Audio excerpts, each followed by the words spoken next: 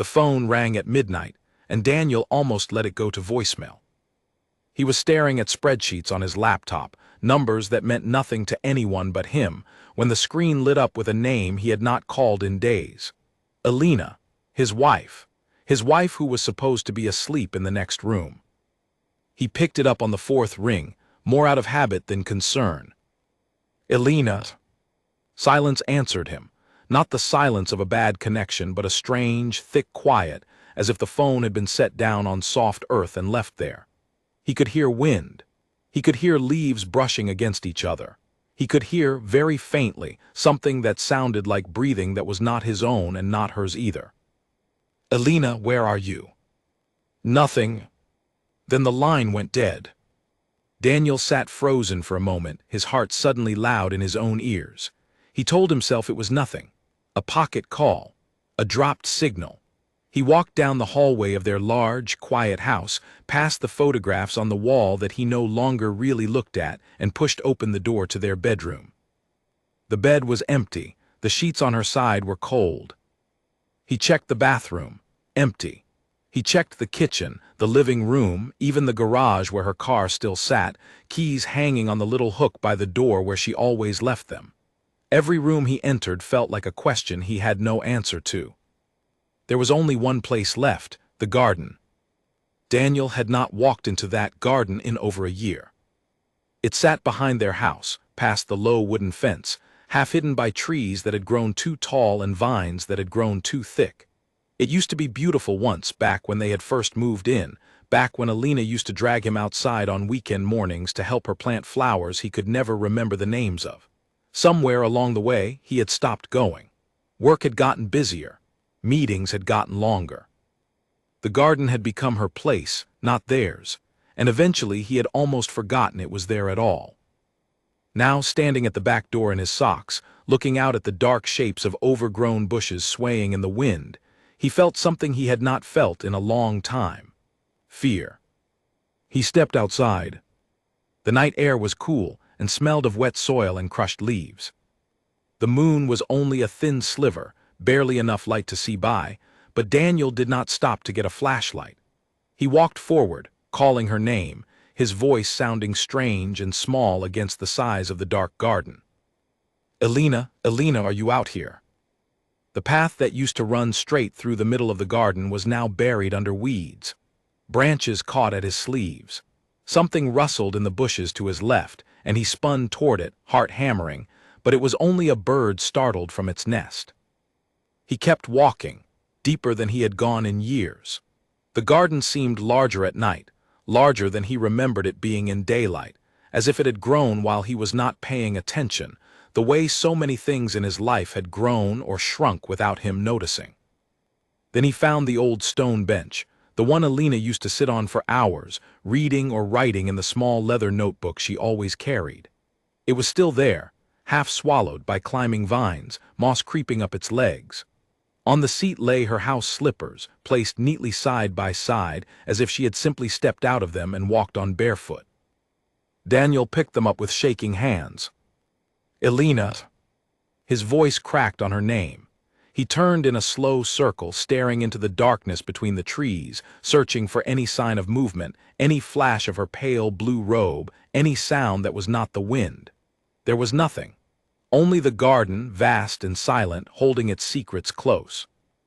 He thought about the last conversation they had, hours earlier at dinner. She had made his favorite meal, the one with the roasted vegetables and the rosemary bread, and she had sat across from him with a hopeful look on her face that he had not really seen in a long time.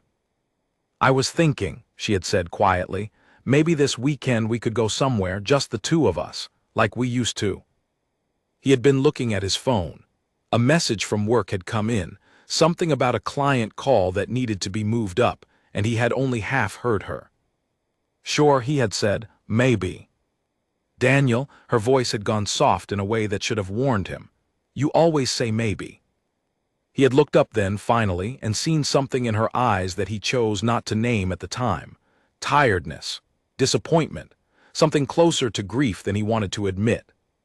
He had told himself he would make it up to her later, the way he always told himself that, And then he had gone back to his phone, and the moment had passed like water through his fingers, gone before he even noticed it slipping away. Now, standing in the cold garden with her empty slippers in his hands, that moment came back to him with terrible clarity. He called her name again, louder this time, and his voice echoed strangely off the high garden walls, bouncing back to him as if the garden itself were mocking him with his own desperation. He pushed through a thick curtain of hanging vines and found himself in a part of the garden he did not recognize at all, a small clearing ringed by old rose bushes gone wild, their thorns catching at his shirt as he passed. In the center of the clearing stood an old iron gate, rusted and half open, leading to a part of the property he did not even know existed. Beyond it, the darkness seemed even deeper, thicker somehow, swallowing the faint moonlight before it could reach the ground. Daniel stopped at the threshold, his breath coming fast, the slippers still clutched to his chest. Something told him that if he stepped through that gate, his life would never be the same again. Something told him that whatever had happened to Alina tonight had not happened by accident, and that finding her would mean finding out things about her, about them, about the marriage he had let quietly fall apart, that he was not ready to know. But he had no choice. He had let her slip away from him for years, one missed dinner and one ignored message at a time. He was not going to let her disappear now, not without a fight. He gripped the cold iron bars of the gate and pushed it open the rest of the way. It groaned on its hinges, a sound like something waking after a very long sleep. "Alina," he whispered, stepping through, "I'm coming." Behind him, the wind picked up, rattling the branches of the garden he had ignored for so long, as if the whole place was watching him finally, come looking for the woman he had almost let disappear from his life long before tonight. He had no idea that this single step through the gate would begin the longest and most painful search of his life, one that would force him to face every version of himself he had never wanted to see, and to learn who his wife truly was, only after he had lost the chance to tell her that he loved her. The ground beyond the gate was softer, almost damp, as though it had rained recently in this one hidden corner of the world even though the rest of the garden was dry. Daniel moved carefully, his bare feet, for he had left his shoes by the back door in his hurry, sinking slightly into the cool earth. Every few steps he stopped and listened, straining his ears for any sound of her voice, any hint of where she might be. He thought of calling the police right then. His hand even went to his pocket, searching for his phone, before he remembered he had left it on the kitchen counter when he ran outside. There was no going back now, not with the gate creaking shut behind him in the wind. He would have to find her on his own, at least for now. The trees here were older, their trunks wide and twisted, roots rising up out of the ground like knuckles of some sleeping giant. Daniel had never known this part of the property existed. When they bought the house 8 years ago, the real estate agent had mentioned something about the garden extending further than the fence line, but he had never paid attention to the details. Alina had handled all of that. Alina had always handled the parts of their life that required patience and care, while he handled the parts that required numbers and deadlines, and somewhere in that division of labor, he realized now, he had let her carry almost everything that mattered. A soft glow caught his eye, off to the right, low to the ground. He turned toward it, pushing aside a curtain of hanging leaves, and found a small round clearing lit faintly by a scattering of white flowers that seemed to hold the moonlight inside their petals. He had never seen flowers like them before. They grew in a near-perfect circle, surrounding a patch of grass that looked as though someone had recently sat there. He knelt down and touched the grass. It was warm. "Alina," he said again, softer this time, almost pleading. "Please, if you can hear me, say something." The wind answered instead, stirring the strange, glowing flowers so that their light seemed to ripple like water. Daniel felt a chill move through him that had nothing to do with the night air. He thought of every night in the past 2 years when Alina had come out here alone, while he sat inside with his laptop glowing blue against his face, telling himself he would join her in just a few more minutes. He thought of how those few minutes had turned into hours, and the hours into entire evenings, until eventually she had simply stopped asking him to come. He had told himself back then that she understood, that she knew how much pressure he was under at work, how much the promotion mattered, how much their future depended on him proving himself. He had told himself a lot of things to make the guilt easier to carry. Standing here now, in a part of his own garden he had never bothered to explore, he understood how much of that had been a lie he told himself so he would not have to change. A twig snapped somewhere behind him. Daniel spun around, his pulse jumping into his throat, but there was nothing there, only the dark shapes of trees swaying gently in the breeze. He told himself it was an animal, a fox maybe, or a rabbit startled by his presence. But some old instinct, buried deep and rarely used, told him he was not alone in this hidden part of the garden, and that whatever or whoever was watching him was not ready to be found yet. He stood slowly, brushing the damp earth from his knees, and looked around the small glowing clearing one more time. There was no sign of Alina here, no footprint, no dropped object, nothing but the strange, warm patch of grass and the ring of pale flowers that seemed to glow a little dimmer now, as though something had drawn their light away. He pressed forward, deeper still, following a path that had not been visible until he stepped onto it, a thin line of flattened grass winding between the ancient trees. He did not know how long he walked. Time seemed to stretch strangely in this place, the way it sometimes did in dreams, where a few minutes could feel like an hour and an hour could pass in the blink of an eye. At last the trees began to thin, and Daniel found himself standing at the edge of a small clearing he almost recognized. In the center stood an old wooden arbor, covered in climbing roses that had grown wild and thick over the years, their blooms a deep, dark red in the faint moonlight. He remembered this arbor. He and Alina had stood beneath it on their wedding day in this very garden, when it had still been young and carefully tended and full of promise. He had not thought of that day in a long time. He stepped toward the arbor slowly, memories rising up unbidden, memories of Alina in her white dress, laughing as the wind caught her veil, memories of the vows he had spoken so easily back then, promises to cherish her, to choose her every day, promises he had let grow as neglected and overgrown as this garden itself.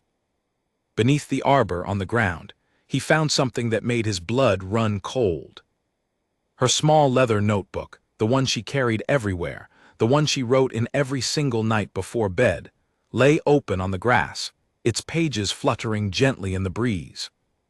Daniel bent down and picked it up with trembling hands, and in the pale moonlight, he could just make out her handwriting on the open page, words that had clearly been written only hours before, words that would change everything he thought he understood about his marriage, about his wife, and about the years he had spent believing there would always be more time. He read the first line, and his breath caught in his throat. "Tonight I am going to disappear, and I wonder if he will even notice I am gone."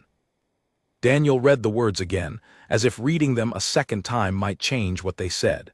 "Tonight I am going to disappear, and I wonder if he will even notice I am gone." His hands shook so hard the notebook nearly slipped from his fingers. He forced himself to keep reading, turning the page carefully, desperate for more, terrified of what he might find. The next lines were dated only 2 days earlier. "I used to think love was something you built once and then simply kept, like a house you finish and move into. I do not think that anymore. I think love is something you have to keep building, every single day, or it starts to fall apart without you even noticing the cracks." Daniel stopped noticing a long time ago. I'm not even sure he remembers the last time he asked me how my day was and actually waited to hear the answer. Daniel lowered himself onto the damp grass beneath the arbor, his legs suddenly unable to hold him up. He kept reading, page after page, entries that stretched back months, some of them only a few lines, others filling several pages with small, careful handwriting. She wrote about the dinners she cooked that went cold because he worked late without calling. She wrote about the birthday he forgot 2 years ago, and how she had told herself it did not matter, even though it clearly did. She wrote about standing at the bedroom window some nights, watching the light from his office glow beneath the door down the hall, wondering if he even remembered she was in the house. One entry from several weeks back made his chest tighten so hard he could barely breathe. I planted new flowers in the garden today. I do not know why I bother anymore since he never comes to see them, but I think I do it because the garden is the only place where I still feel like myself. Out here, I am not invisible. The flowers need me. The soil needs me. Nothing out here forgets that I exist. Daniel closed his eyes. He thought about how many evenings he had glanced out the kitchen window and seen her kneeling among the flower beds, her sun hat tilted back, dirt on her hands, a small, private smile on her face, and how he had thought distantly that he should go join her, and then had gone back to his laptop instead, telling himself there would be time later. There was always going to be time later. That was the lie he had told himself for years. He turned another page and found an entry from just that morning. I made his favorite dinner tonight. I do not know why I keep trying. Maybe because some small part of me still hopes that one day he will look up from his phone and actually see me sitting across from him. I am tired, though. I am so tired of being patient. I do not know how much longer I can keep waiting for a man who has already stopped waiting for me. The final entry, the one written just hours before, right before whatever had happened to her, was different from the rest. The handwriting was less steady, as though her hand had been shaking as she wrote. Something strange is happening in the garden tonight. The old gate by the rose arbor, the one that has been rusted shut for years, is open. I do not remember opening it. There are flowers blooming out there that I never planted, flowers I have never seen before, glowing faintly in the dark like something out of a dream. I know I should be afraid. Instead, I feel something pulling me toward it, like the garden itself is calling my name. Maybe this is foolish. Maybe I am only imagining things because I am so tired of feeling forgotten in my own home, but I am going to go see. If I do not come back, I want whoever finds this to know that I was happy once, in this garden, in this marriage, before it became something I had to survive instead of something I got to live. Daniel pressed the notebook against his chest and closed his eyes, tears finally breaking free and sliding down his face. He had spent years assuring himself that Alina was fine, that she understood, that their marriage was simply going through a busy season that would eventually pass. He had never once stopped to ask himself what it must have felt like to be her, waiting every single night for a husband who kept choosing everything else over her. A soft rustle in the leaves nearby pulled him back to the present. He rose to his feet quickly, notebook still clutched in one hand, and turned toward the sound. For a moment, he thought he saw a shape moving between the trees, pale and quick, gone before he could focus on it properly. "Alina," his voice cracked. "Alina, is that you?" There was no answer, only the soft whisper of wind through the roses climbing the old arbor. Daniel stepped forward, following the direction the shape had gone, pushing through low branches that scratched at his arms. The strange glowing flowers grew thicker here, lighting his path in soft, cool white, leading him deeper into a part of the garden that felt, impossibly, larger than the property itself could possibly contain. He came to a fork in the barely visible path. To the left, the flowers thinned out, and he could just make out the shape of what looked like an old stone well, half covered in ivy.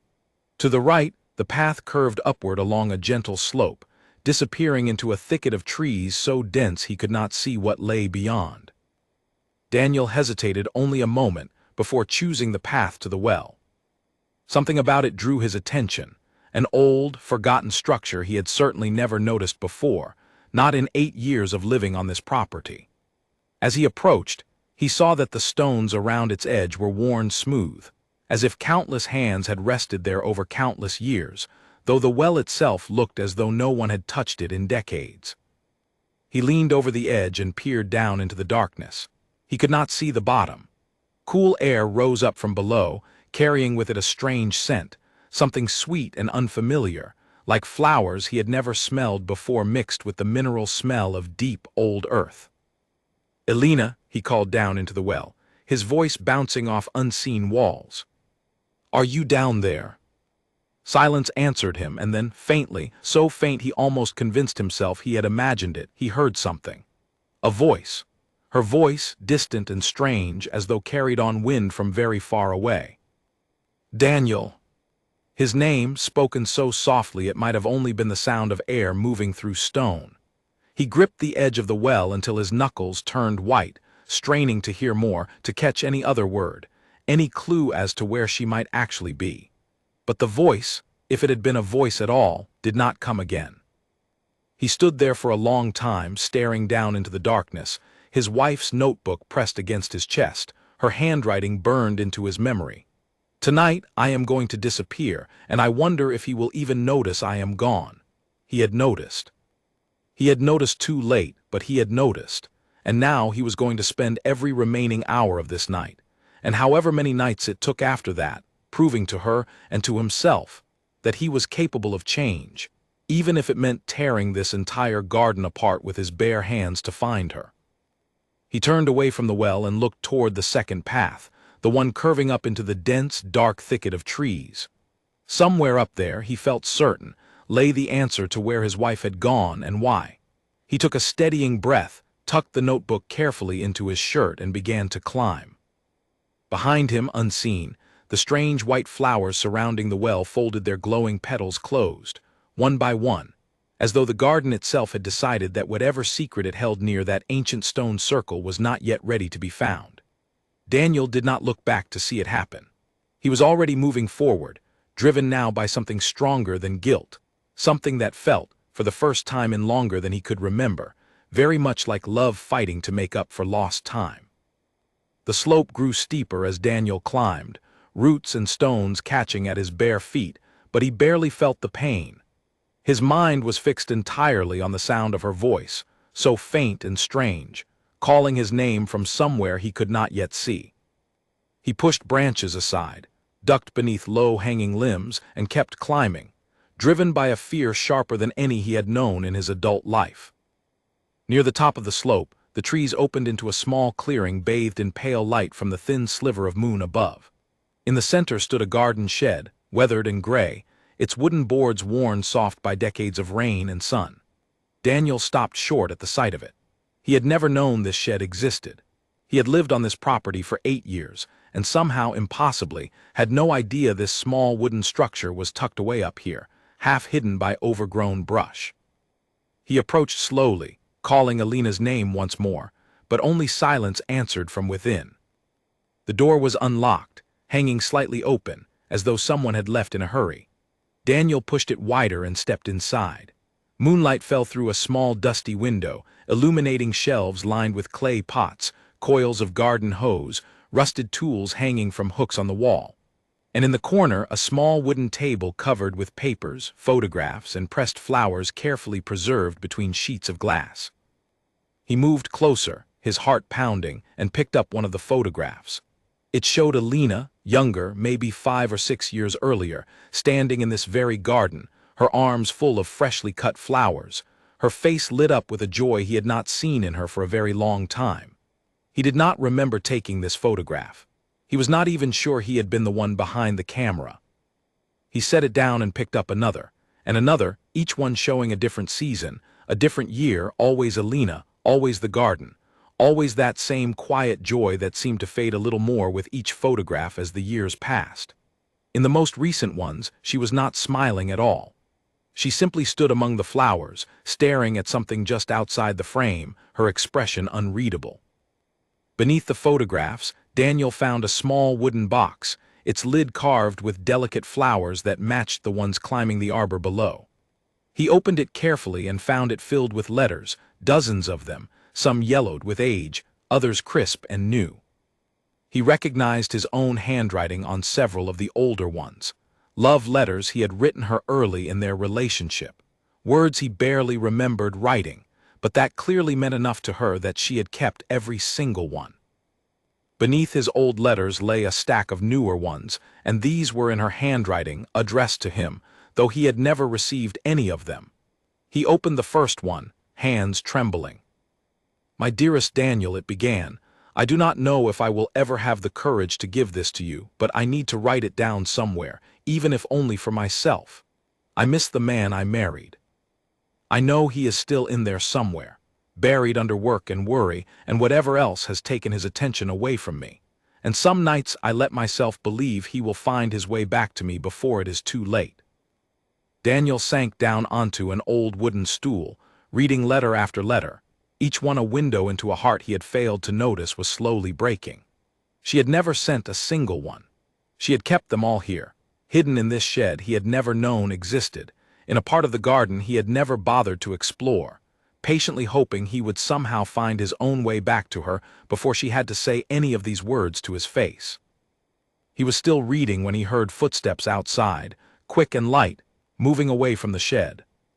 He shot to his feet, letters scattering across the table, and rushed to the door. "Alina," he shouted, bursting outside into the clearing. But it was not Alina standing there in the moonlight. It was an old woman, small and silver-haired, wrapped in a shawl the color of dried leaves, watching him with sharp, knowing eyes. "You are the husband," she said. It was not a question. Daniel stared at her, too stunned to speak for a moment. "Who are you? Have you seen my wife?" The old woman studied him for a long moment before answering. "I have seen many wives come through this garden over the years, and many husbands come looking for them, always after it was almost too late." She stepped closer, her eyes never leaving his face. "The garden does not take the ones who are loved well. It only takes the ones who have been forgotten, and it holds onto them until someone proves they remember." "That does not make any sense," Daniel said, though something in his chest told him it made more sense than he wanted to admit.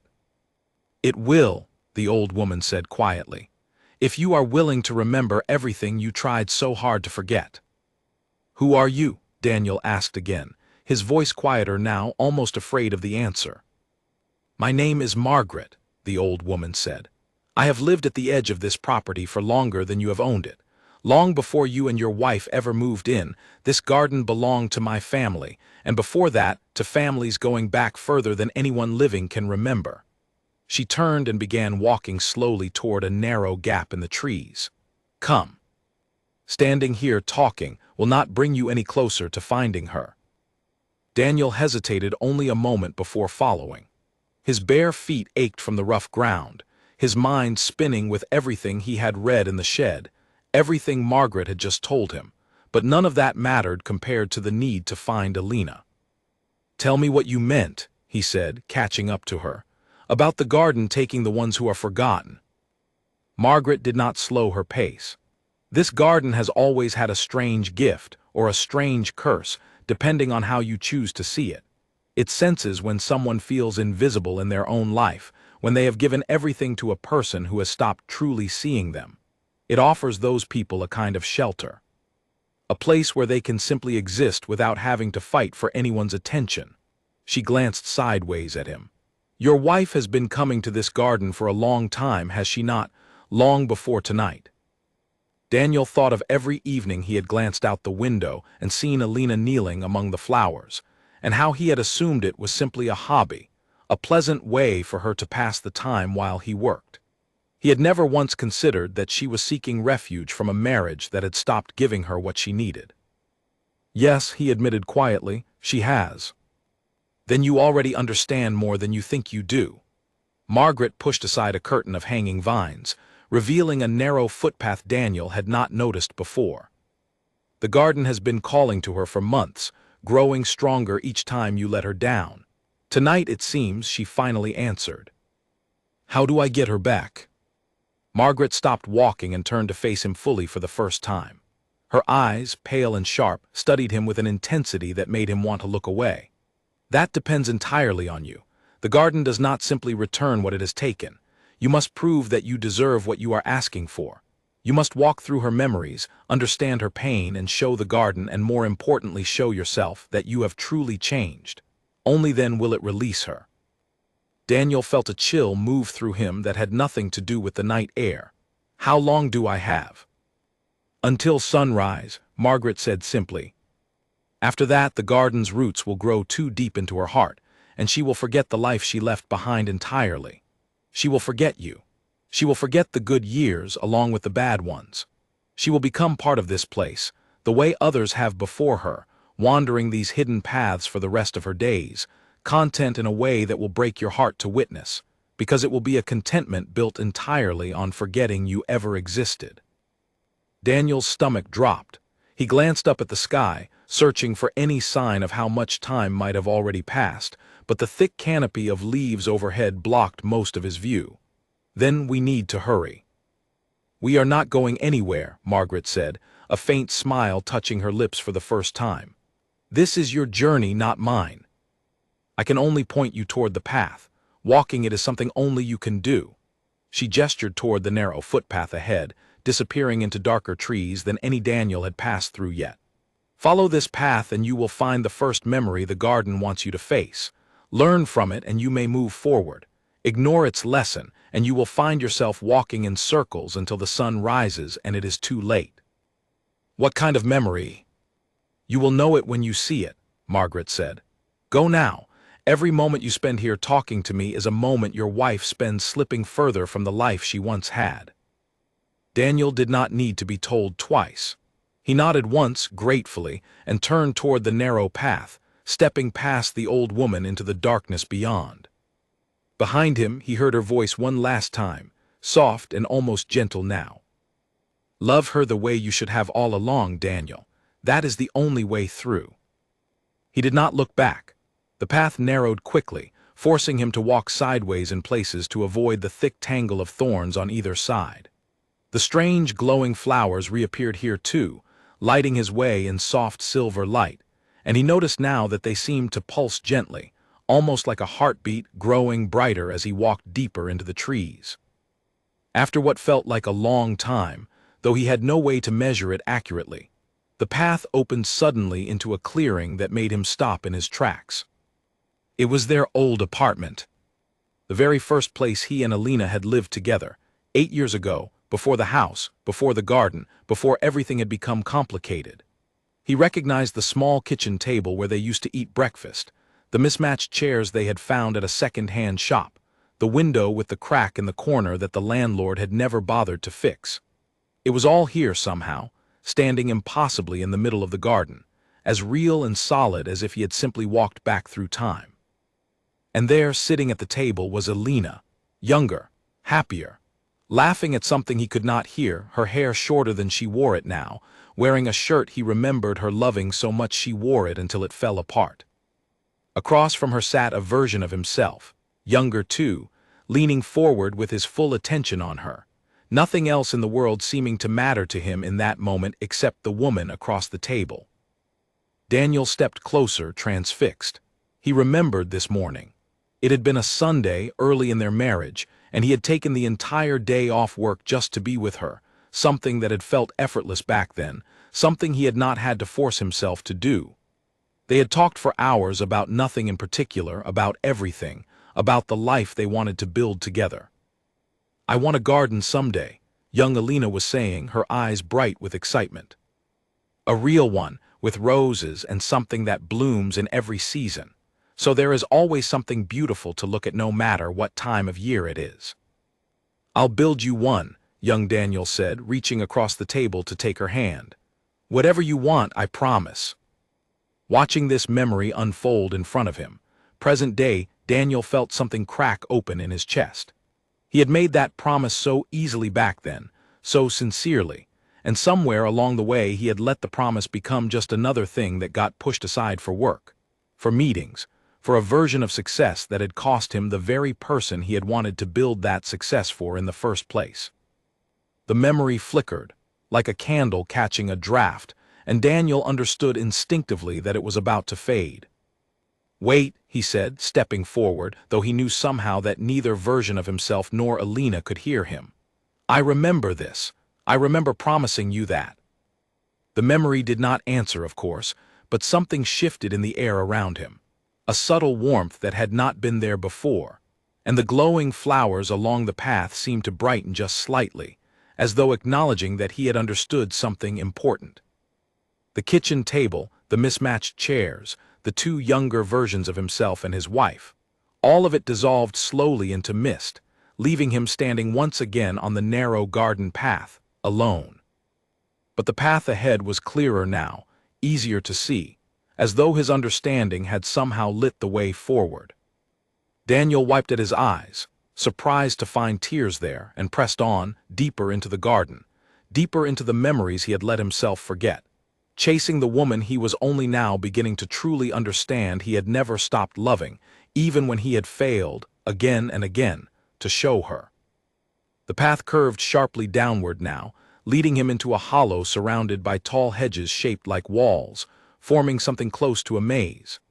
Daniel moved cautiously, aware that time was slipping away from him with every passing minute. He thought of Margaret's warning of sunrise, of Alina forgetting him entirely, and he quickened his pace, pushing through gaps in the hedges whenever the path seemed to disappear. He turned a corner and found himself in another clearing, another memory waiting for him, though this one was different from the first.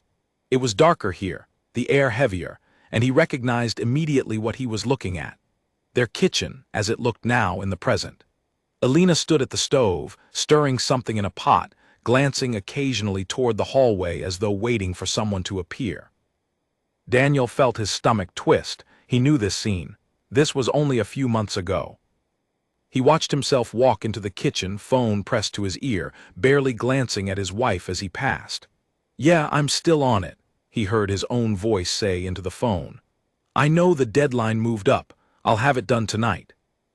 "Daniel," Alina had said, turning from the stove. "Dinner's almost ready. Could you set the table?" He watched himself wave a hand at her, still talking into the phone, walking past without truly stopping, and he watched her face fall just slightly, before she turned back to the stove and set the table herself alone, the way she had clearly done so many nights before. "I did not even notice," present-day Daniel whispered, watching the memory play out. "I did not even see her face." The memory continued, cruel in its accuracy. Dinner was eaten mostly in silence, Daniel's phone propped against a glass of water so he could keep glancing at emails between bites. Alina tried twice to start conversations, asking about his day, mentioning a book she had started reading, and both times he answered with short, distracted responses that clearly signaled he was not really listening. By the end of the meal, she had stopped trying altogether. Watching it now, from the outside, Daniel could see so clearly what he had been blind to at the time. The way her shoulders had dropped a little more with each unanswered question. The way she had eventually stopped looking at him and started looking instead at the empty chair across the table, as if she were already practicing what it might feel like to eat alone. "I am sorry," he said to the memory, his voice breaking. "I am so sorry, Alina. I did not know how much it was hurting you. I told myself you understood." The memory flickered and dimmed, but this time it did not dissolve as gently as the first one had. Instead, the kitchen around him seemed to grow colder, the shadows deeper, and for a moment Daniel feared he had failed some kind of test, that his apology had come too late or meant too little. Then, slowly, warmth returned to the scene, and the memory faded the way the first one had, leaving behind only the dim glow of the strange flowers lighting his path forward. He understood now that this journey was not simply about finding Alina physically. It was about facing every version of himself that had failed her, one memory at a time, and choosing, in this strange and impossible garden, to become someone different than the man in those memories had been. He pressed on, deeper into the maze of hedges, chasing the faint sound of his wife's voice, which seemed to grow slightly clearer with every memory he faced honestly, as though his understanding was somehow drawing her closer to the surface of wherever the garden had taken her. Ahead, the hedges opened into a wider clearing, and Daniel stopped short at what he saw waiting there. In the center of the clearing stood a mirror, tall and old, its frame carved from dark wood twisted into shapes that looked almost like reaching branches. It stood alone among the grass, reflecting nothing but the empty night sky above, even though Daniel stood directly in front of it. He approached slowly, unsettled by the sight of his own absence in the glass. When he reached out and touched the surface, it rippled like water, and the reflection changed, showing him not the clearing behind him but a scene from years ago, one he had almost entirely forgotten. He saw Alina's sister, Claire, sitting across from him at a small cafe table, her expression tight with worry. He remembered this conversation now, though he had pushed it out of his mind for a long time because it had made him uncomfortable. "She loves you so much, Daniel," Memory Claire was saying. "But she has been telling me things lately that worry me. She says she feels like she is disappearing in her own marriage. Like you look right through her most days. Memory Daniel, sitting across from her, had waved the concern away with the easy confidence of a man who believed he had plenty of time to fix things later. We are just going through a busy season.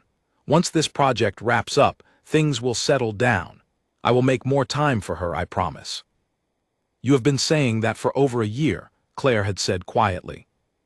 Watching this now, present-day Daniel felt shame settle heavy in his chest. He remembered brushing off that entire conversation, telling himself Claire was exaggerating, that sisters always worried too much, that Alina would have told him herself if things were truly that bad. He had not stopped to consider that perhaps she had been trying to tell him, in dozens of smaller ways, and he simply had not been listening closely enough to hear it. The mirror rippled again, and the scene changed to something more recent. He saw Alina on the phone with Claire, sitting alone in the garden at dusk, her voice tired in a way that broke his heart to hear even now. I do not know how much longer I can do this, present-day memory Alina was saying. I feel like I am talking to a wall most nights. He is right there in the house with me, and I have never felt more alone in my life. Have you told him how you feel? Claire's voice asked through the phone. I have tried. I do not think he hears me anymore. I think he stopped listening a long time ago, and I am too tired to keep shouting into silence. Daniel pulled his hand back from the mirror as though it had burned him, and the image faded, leaving only his own reflection staring back at him now, tired, disheveled, eyes red from crying in a garden that seemed determined to show him every failure he had ever allowed himself to forget. I hear you now, he said to the empty clearing, his voice raw. I hear you, Alina. I am sorry it took losing you to finally listen. The mirror rippled one final time, and this time it showed him something different, not a memory of the past, but something that felt closer to the present moment, though distorted, as though seen through fog. He saw Alina, standing in a garden that looked both familiar and impossibly strange, surrounded by the same glowing white flowers he had been following all night. She looked peaceful, almost serene, but there was something distant in her eyes, something that frightened him more than anger or tears ever could have. Alina, he said, pressing both hands against the glass. Can you hear me? I am coming for you. Please just hold on a little longer. For a moment he thought he saw her eyes flicker toward him, some small recognition passing across her distant expression. Then the mirror image dissolved entirely, leaving him staring once more at his own reflection, and behind him he heard Margaret's voice, though he had not heard her approach. She is fading, the old woman said softly. The garden is taking her memories one by one, the way it always does with those it decides to keep. You must move faster, Daniel. You are running out of time.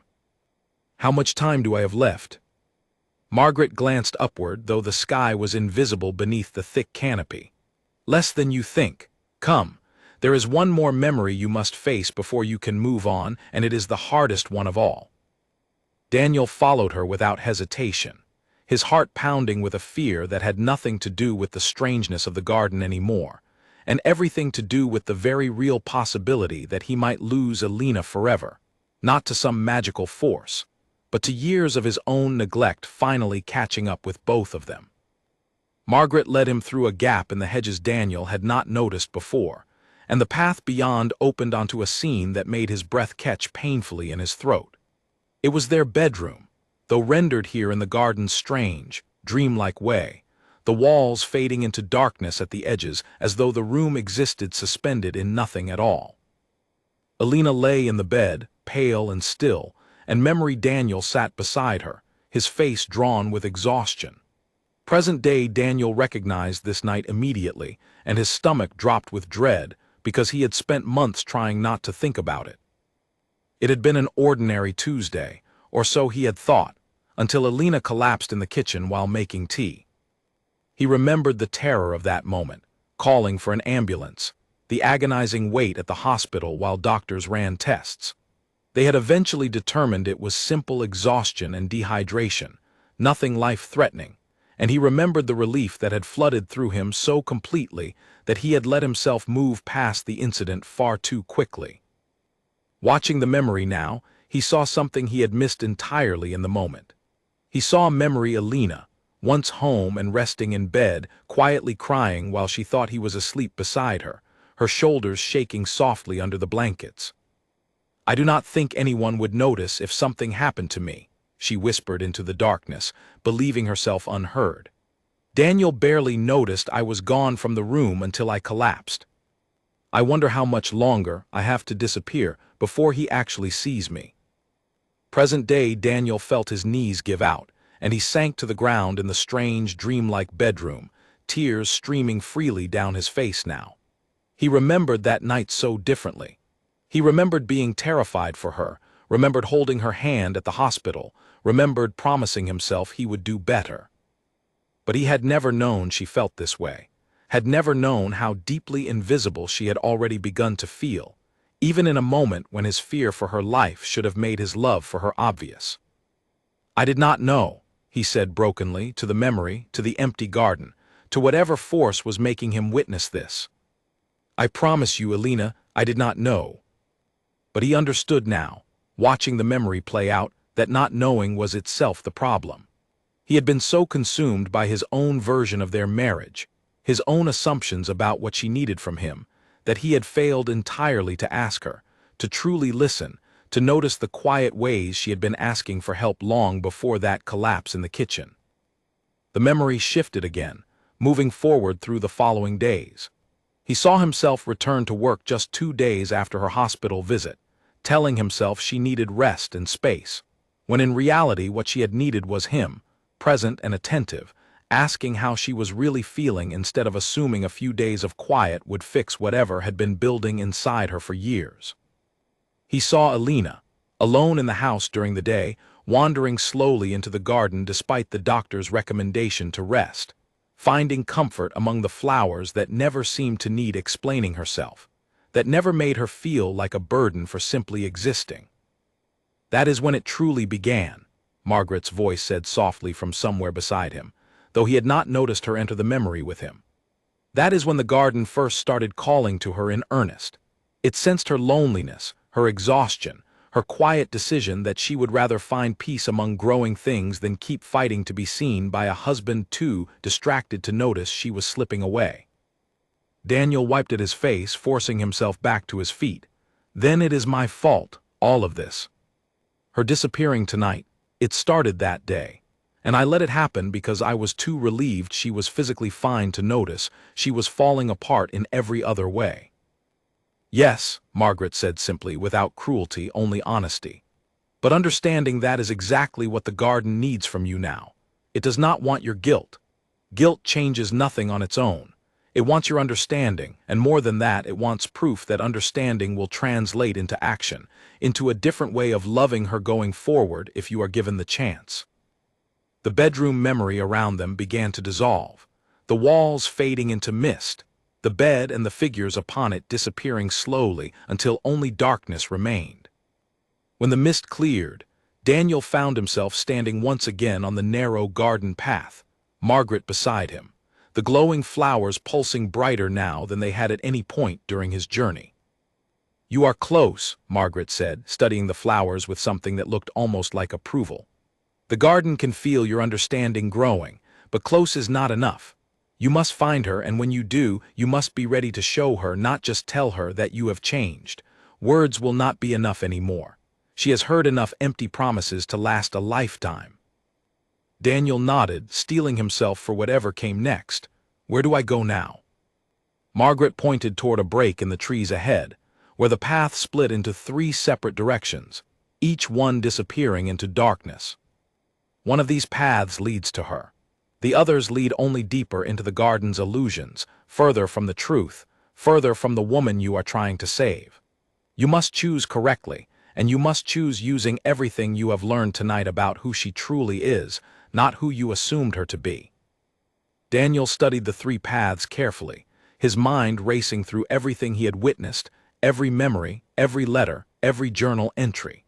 He thought of the flowers she loved, the quiet strength she had shown even while feeling invisible, the patience she had extended to him for far longer than he deserved.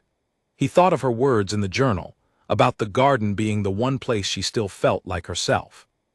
He chose the path on the right, the one where the glowing flowers grew thickest and brightest, reasoning that wherever her presence was strongest, that was where the truest part of her would be found.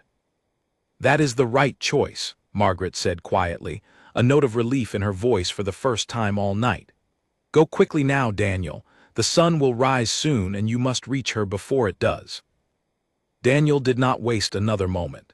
He turned onto the right-hand path and began to run, faster than he had run in years, his bare feet pounding against soft earth, his heart pounding even harder with a desperate hope that he might still, somehow, be given the chance to prove that he had finally, truly, learned to see his wife.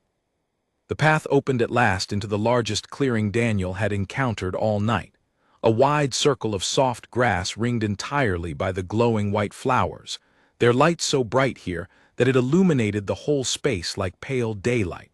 In the center stood Alina. She looked exactly as she had when he last saw her at dinner, still wearing her pale blue robe, her feet bare against the grass. But there was something different about her now, something distant and calm in a way that did not belong to the woman he knew. She stood perfectly still, staring up at the small sliver of moon visible through a gap in the trees above, as though waiting for something. "Alina," Daniel breathed, stepping into the clearing. She turned toward him slowly, and for a terrible moment he saw no recognition in her eyes at all. She studied him the way a person might study a stranger, polite curiosity without any warmth of familiarity. "Do I know you?" she asked, her voice soft and strangely peaceful. Daniel's heart shattered at the question, but he forced himself to stay calm, remembering everything Margaret had told him. Words alone would not be enough. He needed to show her, not simply tell her, who he had become tonight. "Yes," he said gently, moving closer though he stopped a few feet away, not wanting to frighten her. "You know me, Alina. I am your husband, Daniel." Something flickered behind her eyes, faint and uncertain, like a candle catching wind before steadying again. "Daniel," she repeated softly, testing the name. "That sounds familiar. I think I remember someone by that name. He was always busy, though, always somewhere else, even when he was sitting right beside me." The words cut deeper than any accusation could have, precisely because they were true, spoken without anger, simply as fact. The way the garden itself seemed to understand her pain far better than he ever had. "I know," Daniel said, his voice thick with emotion. "I know I was not there for you the way I should have been. I have spent this entire night walking through memory after memory of every time I failed you, every dinner I let go cold, every conversation I only half listened to, every night you came out here alone while I stayed inside believing there would always be more time." He took a small step closer. "I understand now, Alina.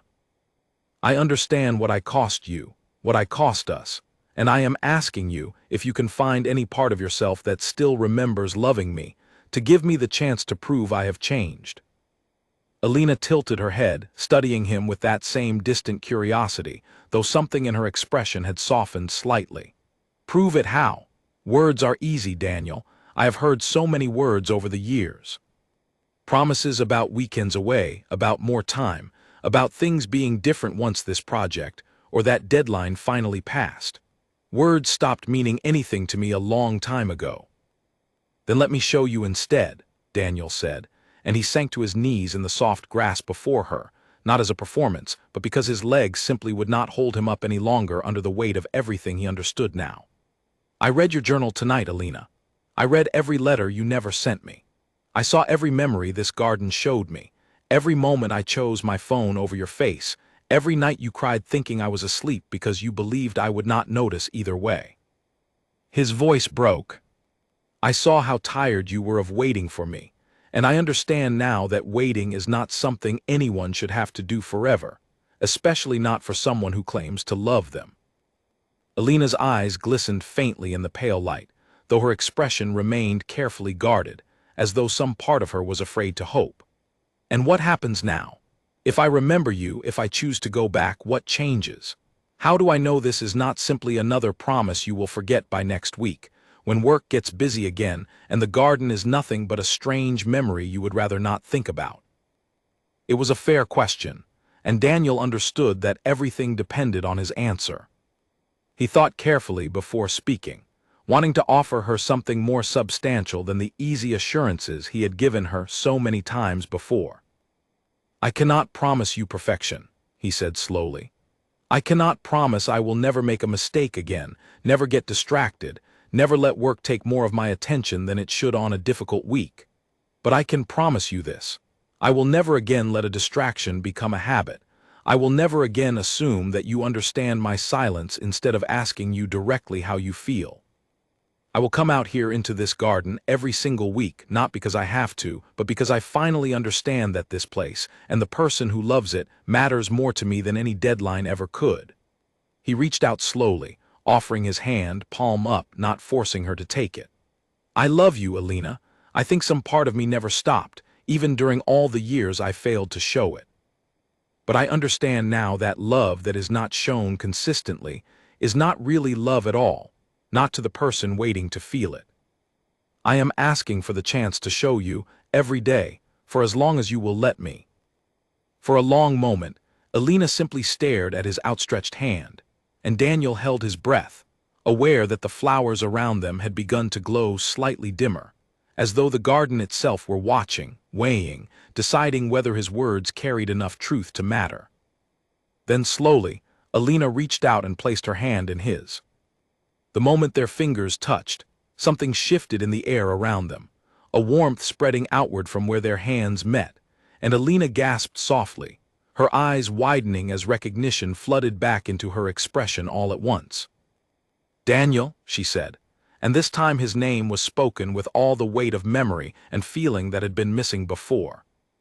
"Daniel, what happened? Where are we?" "You are safe," he said, pulling her gently into his arms, tears streaming freely down his face now. "I am so sorry, Alina. I am so sorry it took losing you to finally understand what I had. I promise you with everything I am, that I will spend the rest of my life proving that I finally see you." Alina clung to him, trembling, memories of the strange, peaceful numbness she had been slipping into slowly giving way to the full weight of everything she had felt in the months and years leading up to this night. "I felt myself forgetting," she whispered against his shoulder. "I felt myself forgetting you, forgetting our life together, and some part of me almost wanted to let go completely, because forgetting hurt less than remembering how alone I felt." "I know," Daniel said softly, holding her tighter. "I know, and I am never going to let you feel that alone again." Around them, the glowing white flowers began to fade, one by one, their light dimming until only the pale moonlight remained. And Daniel understood somehow that the garden had accepted his answer, that whatever strange power had drawn Alina into its depths tonight was finally releasing its hold on her. But even as relief flooded through him, he knew this moment was not truly the end of anything. It was only the beginning of the much harder work that lay ahead, the daily, unglamorous work of actually becoming the husband he had promised. In this moment, beneath the fading light of an impossible garden, that he would finally learn to be. Daniel did not remember the walk back through the garden. One moment he was holding Alina beneath the fading glow of the flowers, and the next he was blinking against the soft gray light of early dawn, sitting on the old stone bench near the back of their ordinary garden, Alina curled against his side, both of them wrapped in a blanket he did not remember bringing outside. The overgrown vines were still there, the wild roses still climbed untamed along the fence. But the strange gate, the glowing flowers, the ancient well, none of it was visible anywhere he looked. It was simply their garden again, tangled and neglected, exactly as it had been for the past several years. "Was any of that real?" he whispered, more to himself than to her. Alina stirred against him, lifting her head to look at him with tired, red-rimmed eyes. "I do not know," she admitted quietly. "But it felt real. Everything I felt tonight, everything I have been feeling for a long time before tonight, that was real, whether or not the garden itself was ever truly magical." Daniel nodded slowly, understanding what she meant. Whether the events of the night had been some strange, impossible magic, or simply an exhausted, grieving mind's way of finally forcing him to confront years of neglect, the truth underneath it remained the same. He had let his wife slip away from him, piece by piece, for years, and it had taken this night, whatever it truly was, to finally make him see it clearly. They sat together in silence as the sky slowly brightened from gray to soft pink, the first birds of morning beginning to call from the trees around them. Daniel held her hand tightly, afraid, in some small irrational part of himself, that if he let go she might disappear again. "I called the police last night," he said eventually, "before I came looking for you. I should call them back, let them know you are safe." Alina nodded, though she looked exhausted at the thought of the questions that would surely follow, the explanations that would be impossible to give truthfully. "What will you tell them?" Daniel considered this carefully. "The truth, as much of it as makes sense, that you were struggling, that you needed space, that you came out to the garden and I found you here. It was not entirely a lie. It simply left out the parts no one would believe anyway." He made the call, his voice steady despite the exhaustion pulling at every part of him. And within the hour, a police officer had come and gone, satisfied with an explanation that painted the night as a difficult, emotional one rather than anything stranger. Alina's sister Claire arrived shortly after, rushing across the lawn the moment she saw them both sitting safely on the porch, wrapping Alina in a fierce hug before turning a suspicious glance toward Daniel that told him clearly enough that she already knew, at least in part, what had driven Alina to disappear in the first place. "We need to talk," Claire said to him quietly, once Alina had gone inside to shower and change. "About what has been happening in this marriage, about what I have been watching happen for a long time now." Daniel did not argue, did not offer excuses the way he might have even one day earlier. "You are right," he said simply. "I have a lot to make up for, and I understand now that it will not happen overnight. I am asking you to help me understand what I have missed if you are willing. I want to do better, not just say it." Claire studied him for a long moment, surprise flickering across her face at his honesty, before she nodded slowly. "That is the first sensible thing I have heard you say in a long time, Daniel. Good, because she deserves better, and it is about time someone besides me told you that directly." Over the following days, Daniel began the slow, difficult work of actually changing, rather than simply promising to. He requested a schedule adjustment at work, something he had avoided doing for years out of fear it would slow his advancement. His manager, surprisingly, agreed without much resistance, and Daniel realized with a painful clarity how many of his excuses over the years had been exactly that, excuses, rather than genuine obligations he had no control over. He came home earlier. He put his phone away during dinner, something that felt strange and uncomfortable at first, like a habit he had to consciously fight against every single evening, until slowly it began to feel natural again, the way it had in the earliest years of their marriage. He went out to the garden with Alina every weekend, learning the names of flowers he had ignored for years, pulling weeds beside her in comfortable silence, listening as she talked about her plans for expanding the flower beds, about the small, quiet joy she found in watching something grow under her care. It was not always easy.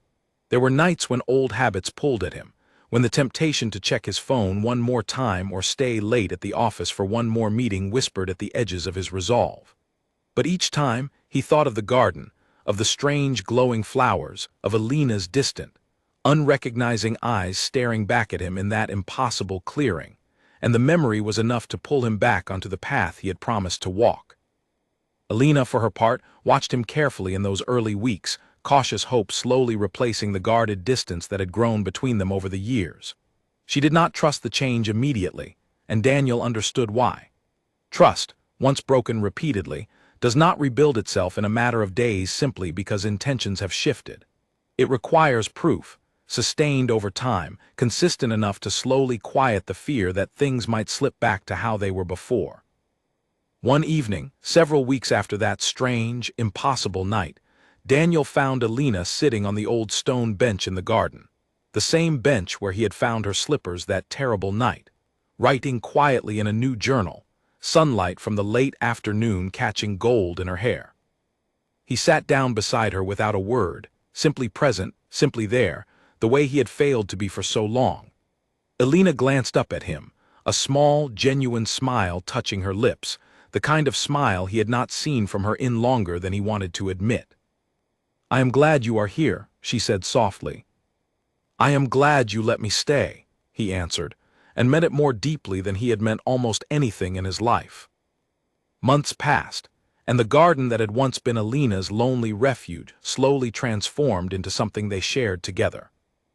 Daniel learned to recognize the flowers by name, the way Alina always had, and found himself surprised by how much satisfaction he took in kneeling beside her in the dirt on quiet Saturday mornings, hands dark with soil, sun warm on the back of his neck, nothing more urgent on his mind than whether the roses needed pruning or the new bed of tulips needed more shade.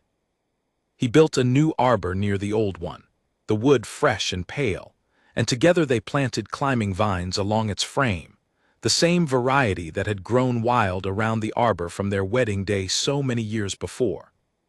It was a small gesture, but Alina understood what it meant without him needing to explain it, and the tears that gathered in her eyes when she saw the finished structure told him he had chosen the right way to say what words alone could not fully capture.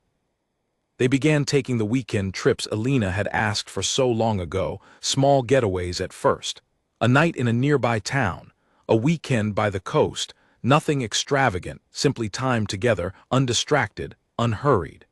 Daniel found that he did not miss his phone the way he once thought he would. He found instead that he had missed this, missed her, missed the easy companionship they had once shared before ambition and habit had slowly eroded it without either of them fully noticing, until it was almost too late. Claire, who had watched the early weeks of Daniel's transformation with careful skepticism, gradually softened as the months passed, and the changes proved themselves consistent rather than temporary. She began joining them occasionally for dinner, and one evening, watching Daniel clear the table without being asked, while Alina laughed at something on her phone, unguarded and relaxed in a way Claire had not seen in years, she caught Daniel's eye and gave him a small, approving nod that meant more to him than she probably realized. There were still difficult days. A demanding project at work tempted him back into old patterns more than once, late nights that stretched longer than they should have, moments where he caught himself reaching for his phone during dinner out of pure habit rather than necessity. But each time, he noticed the slip more quickly than he once would have, and each time, he corrected course before it could grow into the kind of neglect that had once nearly cost him everything. 1 year after that strange, impossible night in the garden, Daniel woke before dawn and found Alina's side of the bed empty. For one terrible moment, old fear gripped his chest, the memory of that first frantic night rushing back with painful clarity. He hurried through the house, calling her name, and found her exactly where he somehow knew he would, sitting on the old stone bench in the garden, watching the sunrise paint the sky in soft shades of gold and pink. She smiled when she saw him approaching, no fear in her eyes this time, no distance, only warmth. "I could not sleep," she said. "I wanted to watch the sunrise out here. It felt right somehow on today of all days." Daniel sat down beside her, understanding immediately what she meant. 1 year since the night the garden had nearly taken her from him. 1 year since he had finally learned to see her fully, to love her actively rather than assuming love alone was enough without the daily effort of showing it. "Thank you," he said quietly, taking her hand, "for giving me the chance to become someone worthy of staying." Alina leaned her head against his shoulder, watching the sun rise fully over the garden they had rebuilt together, flower by flower, season by season, choice by choice. "Thank you for taking it," she said simply, "even though it took losing me first for you to finally reach for it." They sat together in comfortable silence as the garden woke around them, birds beginning their morning songs, dew glistening on countless petals, the whole space alive with a kind of quiet abundance that had been growing steadily since the night everything nearly fell apart. It was no longer simply Alina's garden, tended alone in loneliness while her husband remained absent even in his presence. It had become something new, something built by both of them together, tangled and imperfect and deeply, hard-won beautiful, much like the marriage it had come to represent. Daniel understood now something he wished he had understood years earlier, something the garden, real or imagined, had forced him to finally see with painful clarity. Love was never something you could build once and simply expect to remain standing untended forever. It required constant attention, daily choices, the willingness to set aside distractions and truly see the person beside you, again and again, for as long as you wanted that love to survive. He had nearly learned this lesson too late. He had let his wife slip quietly into loneliness for years, so consumed by everything else in his life that he had failed to notice her slowly disappearing right in front of him, retreating into a garden that offered her the attention and presence he had stopped providing. It had taken an impossible, frightening night to finally wake him up to what he stood to lose.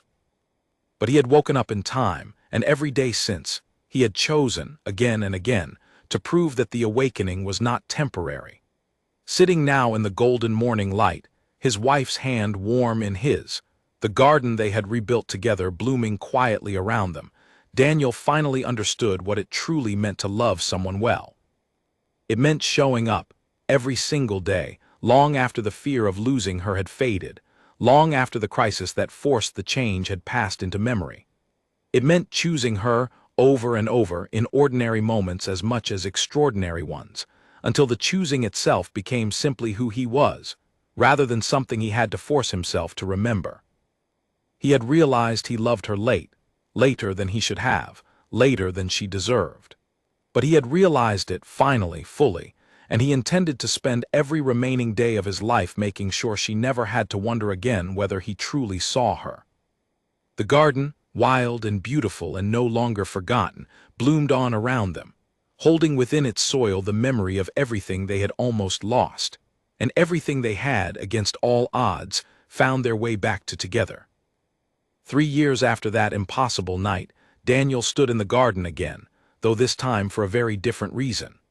Alina was due to give birth any day now, and true to the promise he had made to himself, he had already arranged weeks of leave from work, determined not to let this moment, of all moments, pass him by while distracted by anything less important. The garden had grown into something remarkable by then, expanded well beyond its original borders, filled with flowers in every season, a small greenhouse Daniel had built with his own hands the previous spring, and a wooden swing hanging from the branches of the oldest tree, one Alina had asked for months earlier, imagining afternoons spent there with the child they were about to welcome. He remembered, standing there in the late afternoon sun, waiting for Alina to finish resting inside, how far they had traveled since that terrifying night when he had chased her voice through darkness. He still could not fully explain, even now, years later. Sometimes he wondered if it had truly happened the way he remembered it, if there had truly been a magic garden hidden within their own, an old woman named Margaret who had never appeared again, despite his occasional searches for any sign of her along the property's edges. Other times, he wondered if his mind had simply created the entire experience as some desperate, subconscious mechanism to force himself to finally see what he had been too blind to notice on his own. It did not matter anymore, he had come to realize.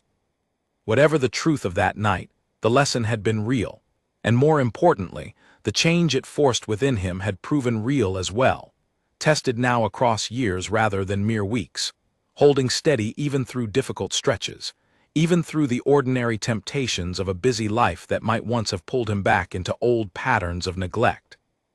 Claire visited often these days, no longer watching him with the wary skepticism of those early months, but with the easy warmth of someone who trusted what she saw. She had told him once, over dinner about a year into his transformation, that she had never expected him to actually change, that she had assumed, based on years of watching him drift further from Alina, that whatever had happened that strange night would fade within weeks, old habits reasserting themselves the moment the fear wore off. "You proved me wrong," she had said, raising her glass slightly toward him. "I do not say that often, so make the most of it."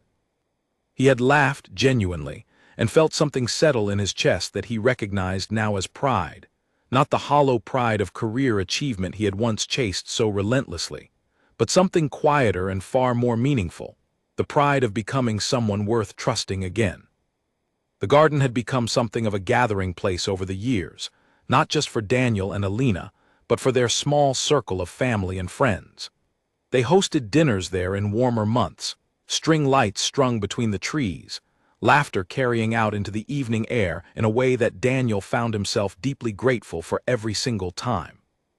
He thought often, in those moments, of how close he had come to losing all of it, and the gratitude never fully faded, never became so familiar that he took it for granted. Alina emerged from the house now, moving slowly, one hand resting on her rounded stomach, the other reaching for his as he crossed the lawn to meet her. "Are you ready for this?" she asked, a mixture of nervous excitement and exhaustion in her voice. "I have been ready for a long time," Daniel said, and meant it in more ways than the question had probably intended. He had spent years learning what it meant to truly show up for someone, to be present rather than merely physically nearby. And he understood now that becoming a father would simply be the next chapter of a lesson he had already begun learning in this very garden years earlier. They walked slowly together toward the wooden swing beneath the old tree, Alina lowering herself carefully onto it while Daniel stood behind, pushing gently, the two of them watching the sun begin its slow descent toward the horizon, painting the sky in the same soft golds and pinks that had greeted them on so many mornings since that first terrible night. "Do you ever think about it?" Alina asked quietly after a long, comfortable silence. "That night, I mean, what actually happened out here?" Daniel considered the question carefully before answering, the way he had learned to consider most things now, rather than rushing past with a quick, distracted response the way he once might have. "Sometimes," he admitted. "Mostly I think about what it taught me, rather than trying to understand exactly what it was. I do not know if I will ever fully understand what happened that night, whether it was something truly magical or simply my own exhausted mind, finally forcing me to see what had been right in front of me all along." "Does it matter?" Alina asked, tilting her head back to look up at him. "No," he said simply, "it does not matter at all. What matters is that I found you, and that I have spent every day since trying to make sure you never have to feel that alone again." Alina reached up and took his hand, pressing it gently against her stomach, where their child moved beneath her palm, a small, insistent flutter of new life. "I think," she said softly, "that whatever happened that night gave us this. Gave us the chance to build something real instead of just assuming what we had was enough without ever actually tending to it."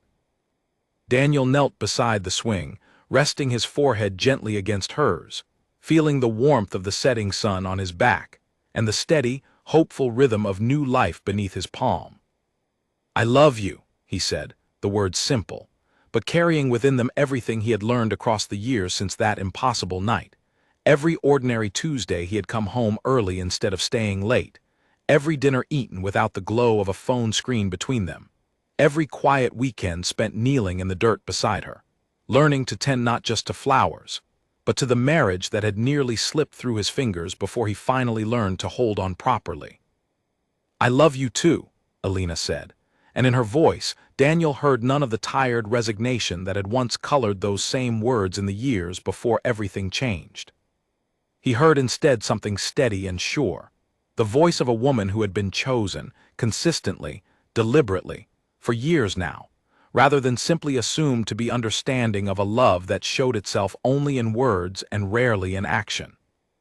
The garden around them continued its quiet, endless work of growing, flowers opening and closing with the passing seasons, roots reaching deeper into soil that had once held only loneliness, and had since been transformed, patiently and deliberately, into something rich with shared history and hard-won devotion. Daniel understood now, more fully than he ever had before that impossible night, that this was what love truly required. Not grand gestures made once and remembered forever, but small, consistent acts of attention, repeated daily, across years, until the garden of a marriage, like any garden worth keeping, bloomed not despite the effort required to tend it, but precisely because of it. As the sun finally dipped below the horizon and the first stars began to appear overhead, Daniel rose to his feet and helped Alina up from the swing, both of them walking slowly back toward the house, hand in hand, ready for whatever came next, together. The way they had learned at great cost but with lasting reward, that they were always meant to face life from that point forward.